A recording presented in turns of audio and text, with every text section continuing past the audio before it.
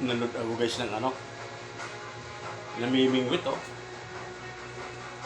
Laki ng namingwit niya. Malasog eh. Mahabang tuka. Ano? Laki oh. Tingnan nyo guys. Boom! Kinaulot niya. Ang galing. Oh.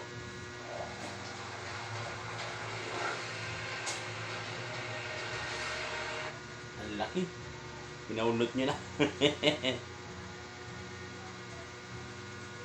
Ang laki. Di ba? Kinaulot niya eh. Ito na yun guys oh. Panoorin natin na.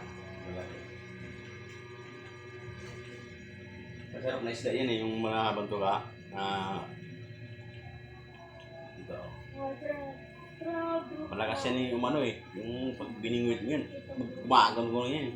Malakas kasi yan. Ano nyo?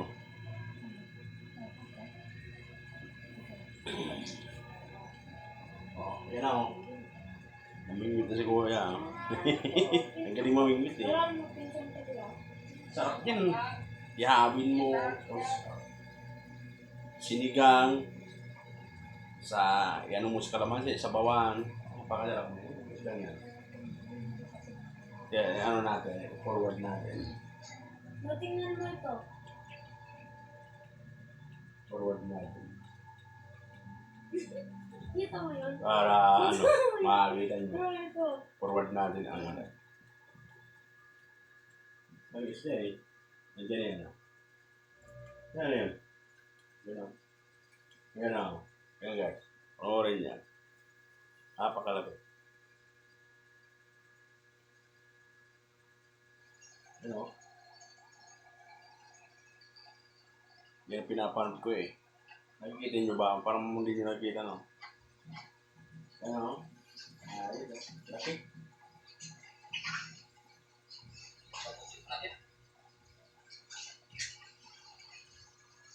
Pitik-pitik pa.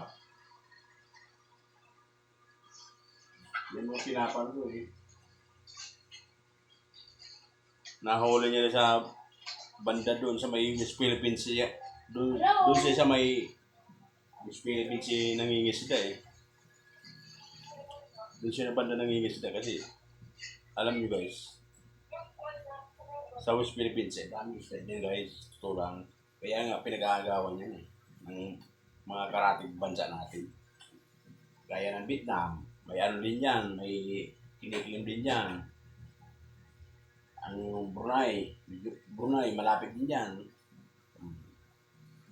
Kaya, marami kasing isda dyan eh, sa West Philippines. Kaya yung China, gigil na gusto siya kupin nila ng China. Marami nga isda dyan eh. Di ba? Marami isda dyan eh. Kaya gusto nila yan. Sari-sari sila dyan, makikita mo sa West Philippines eh.